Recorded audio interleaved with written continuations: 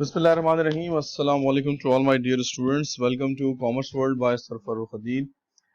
Second year accounting की lecture series continue है और इसमें आज में जैसे आपसे मैंने लास्ट टाइम भी कहा था कि हम लोगों ने जो है वो अपना एमसीक्यूज जो है वो स्टार्ट करने हैं।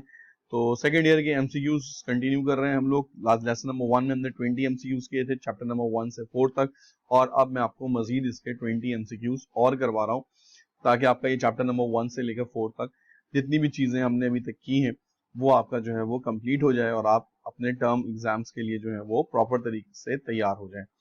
सो मल्टीपल चॉइस क्वेश्चन जैसे आपको पहले ही बता चुका हूँ कि हमारे बोर्ड के एग्जाम में 20 एमसीक्यूज आपने करने होते हैं इन 20 मिनट्स, और उसी में जो है वो आपके 20 मार्क्स भी होते हैं।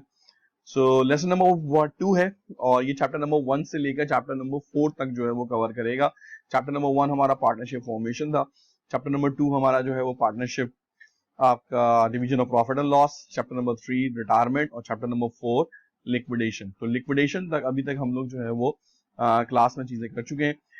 आपने अपने साथ एक पेंसिल और लेके बैठना है, एक पेज लेके बैठना है, और आपके पास जब एमसीक्यू आएगा तो उसमें 4 ऑप्शन होंगे ए बी सी डी। आपने उसका सही ऑप्शन लिखना है, ए बी सी या डी। ठीक है जी। जैसे यहाँ पे एक सवाल है, persons entered into a partnership business are called. ठीक है जी। इन्होंने कहा जनाब जो पर्सन पार्टनरशिप बिजनेस में आते हैं उनको क्या कहा जाता है। We have 4 options, A friends, B shareholders, C partners और डी प्रोमोटर्स। आपने इसका करेक्ट ऑप्शन लिखना है, ए बी सी या डी, क्योंकि आखिर में जो आंसर की आएगी उसमें ए बी सी डी की फॉर्म में आंसर्स गिवन है। 35 सेकंड्स का एक टाइमर लगा हुआ है जो अल्टीमेटली स्लाइड को जो है वो चेंज कर देगा, क्योंकि मुझे 15 मिनट्स के अंदर इसको खत्म करना होता है। बोर्ड एग्जाम में आपके पास जो है वो 1 मिनट होता है एक एमसीक्यू के लिए, यहाँ पर हमने इसको थोड़ा अच्छा चैलेंजिंग किया हुआ है और 35 सेकंड्स आपको दिए हैं। So start working. MCQ number 2, liquidation से एक सवाल। If assets valuing rupees 58,999 are sold for rupees 58,900, then there will be a loss of। अभी आपसे पूछ रहे हैं जनाब, 4 ऑप्शन दिए हुए हैं आपको।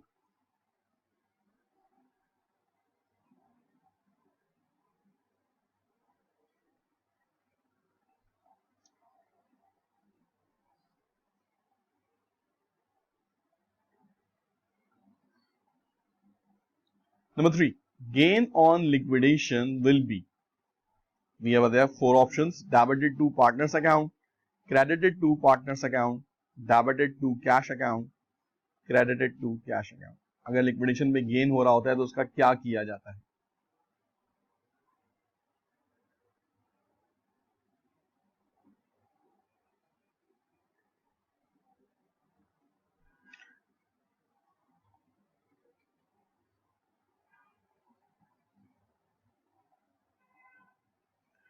Number 4, if the remaining partners purchase capital of retiring partner, retirement का एक क्वेश्चन है, the total capital of for the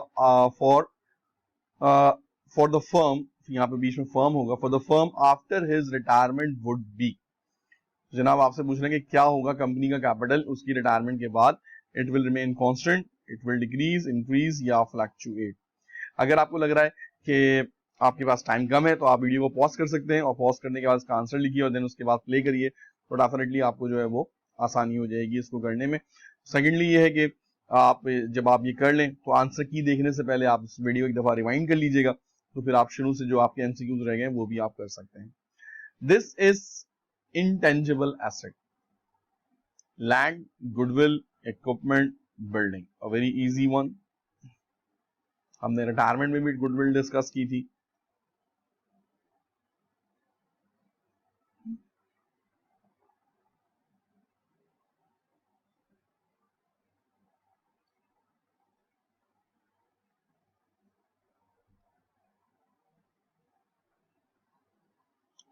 revaluation loss on asset will be debited to। जो हमारा रिवैल्यूएशन लॉस होता है वो किस अकाउंट में डेबिट किया जाता है।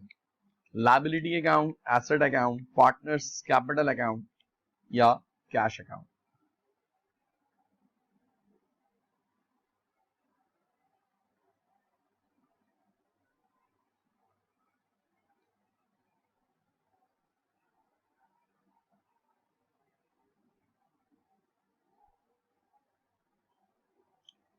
The written agreement between partners is termed as, जो पार्टनर्स के दरमियान रिटन एग्रीमेंट बनता है उसको क्या कहा जाता है? Registration of firm, article of association, partnership deed या partnership dissolution? What will be it called?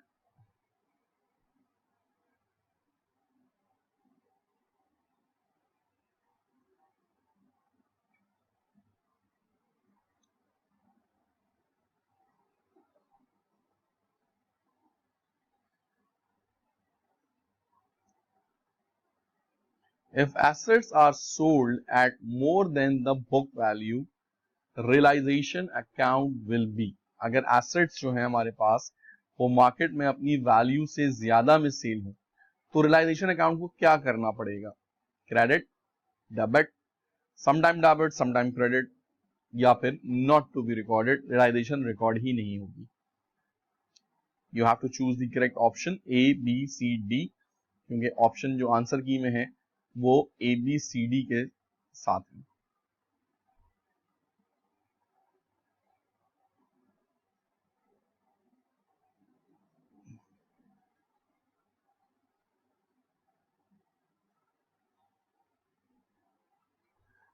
When partnership is dissolved, the final task is, जब पार्टनरशिप को डिसॉल्व किया जाता है, लिक्विडेट किया जाता है, तो सबसे आखिर में क्या होता है? Payment to liabilities, payment to partners, payment to expenses, payment of expenses या पेमेंट टू एम्प्लॉय? सबसे लास्ट काम क्या होता है हमारा जब आप पार्टनरशिप फर्म को डिसॉल्व करते हैं?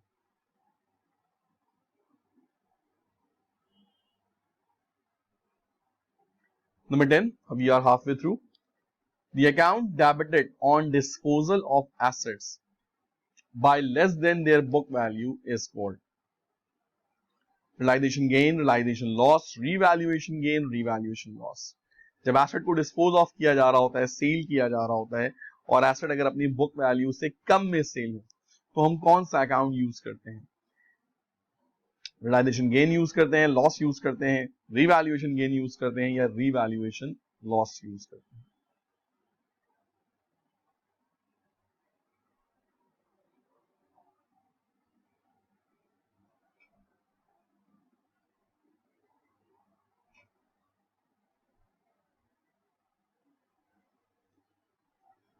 Gain on revaluation or realization is distributed among the partners according to, partners के दरमियान अगर गेन हो रहा हो रिवैल्यूएशन के ऊपर या रियलाइजेशन के ऊपर तो उसको कैसे डिस्ट्रीब्यूट किया जाता है? बिगिनिंग कैपिटल रेशियो में, एंडिंग कैपिटल रेशियो में या पार्टनर्स की एग्रीड रेशियो में? At the end of the year drawings of the partners are close by, drawing को जो होता है वो कब क्लोज किया जाता है और कहां पे क्लोज किया जाता है, किसके साथ क्लोज किया जाता है? Debit to profit and loss account, credit to profit and loss account. Profit and loss account को इनकम समरी अकाउंट भी कहते हैं, ये बात ध्यान में रखिएगा। डेबिट टू कैपिटल अकाउंट या credit to capital account?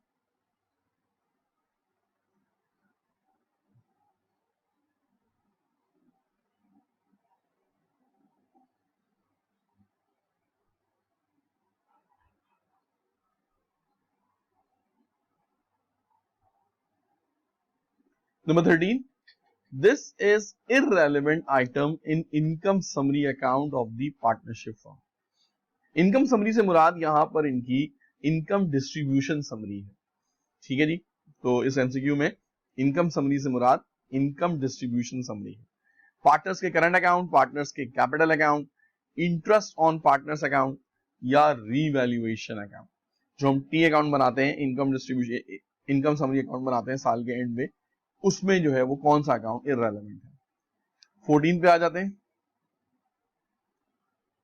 These accounts are involved in profit or loss distribution among partners applying fixed capital method. Cash and income summary, cash and partners current account, income summary account and partners current account, income summary and partners capital account. अगर fix capital method use हो रहा हो तो कौन से दो accounts इस्तेमाल होते हैं प्रॉफिट एंड लॉस को डिस्ट्रीब्यूट करने के लिए?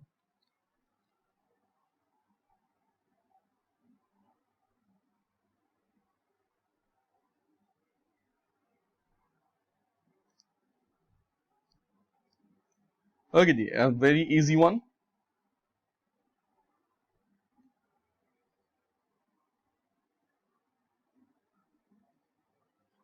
Goodwill is shown in. Goodwill कहां शो की जाती है? क्विक एसेट्स में, फिक्स एसेट्स में, टोटल एसेट्स में, या none of these?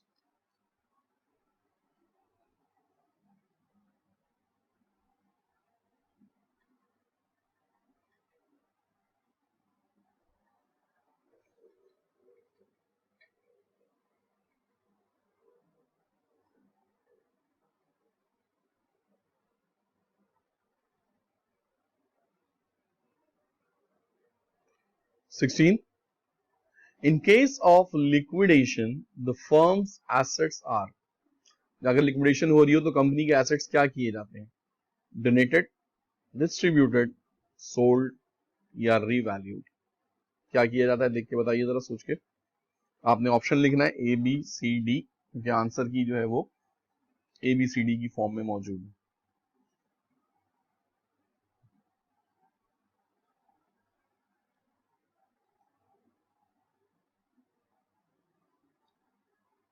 For formation in partnership is partnership. For formation in partnership, the minimum number of individuals required is.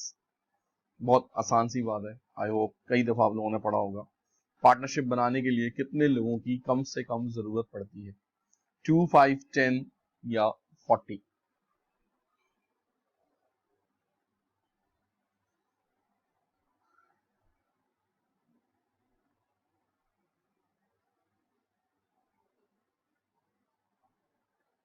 Eighteen one.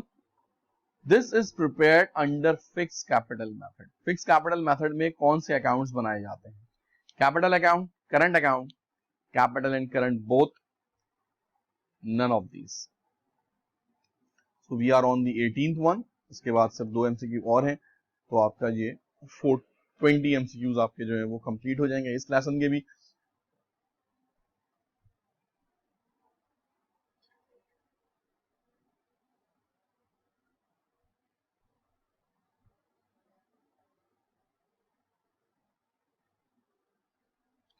This account is not included in newly formed business. ये account जो है वो newly formed business के अंदर नहीं आता. यहां पे बात हो रही है पार्टनरशिप की. Cash account receivable, allowances for bad debts, allowance for depreciation. So we are now on the second last one. इसके बाद एक एमसीक्यू और है आपके पास. आई होप 35 सेकंड्स का जो चैलेंज हमने रखा था उस पर आप इसको आसानी से सॉल्व कर रहे होंगे. ओके जी, last one. Realization account operated by partnership business is called asset account, temporary account, contra asset, none of these.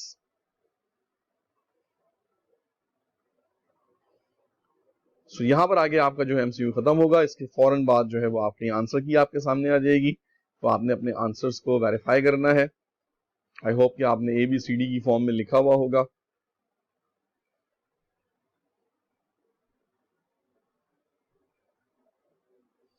तो जनाब ये आ गई आपके सामने आपकी आंसर की. यहां मैं इसको हटा देता हूं. यस, एमसीक्यू नंबर और उनके सामने उनके आंसर्स मौजूद हैं. तो आपने इसको वेरीफाई करना है, कंप्लीट तरीके से देखना है कि आपने जो है वो कहां कहां पर गलतियां की हैं. अगर आपने कोई आंसर गलत किया है तो उसको वापस जाइए, देखिए, कमेंट सेक्शन में उसको पूछिए कि क्या क्या मसला है, किसकी वजह से आपने क्या आंसर लिखा था और इसका आंसर यहाँ पे क्या लिखा हुआ है. तो डेफिनेटली मैं फिर आपको इसमें एक्सप्लेन कर दूंगा. याद रखिए ये 20 मार्क्स की वेटेज है. चैप्टर नंबर 1 से लेकर 4 तक के जितने एमसीक्यूज थे वो मैंने करवा दिए हैं. इंशाल्लाह eight the end of the syllabus हम ईयर बाय ईयर एमसीक्यूज की जो है वो स्लाइड्स अपलोड करूंगा मैं, जिसमें हर ईयर के साथ जो है वो आपके आंसर्स की, ना सिर्फ उसकी आंसर की बल्कि उसकी छोटी सी डिस्क्रिप्शन भी गिवन होगी कि क्यों इस आंसर को हमने सेलेक्ट किया है. So that will be the end of the today's class. I hope कि आप लोगों को आज का लेक्चर समझ में आ गया होगा. इसकी प्रैक्टिस करिएगा अच्छी तरीके से. 40 एमसीक्यूज ये इनफ है आपके चैप्टर नंबर 1 से 4 तक के तमाम ऑप्शंस को कवर करने के लिए. Thank you very much. अल्लाह हाफिज. Take care.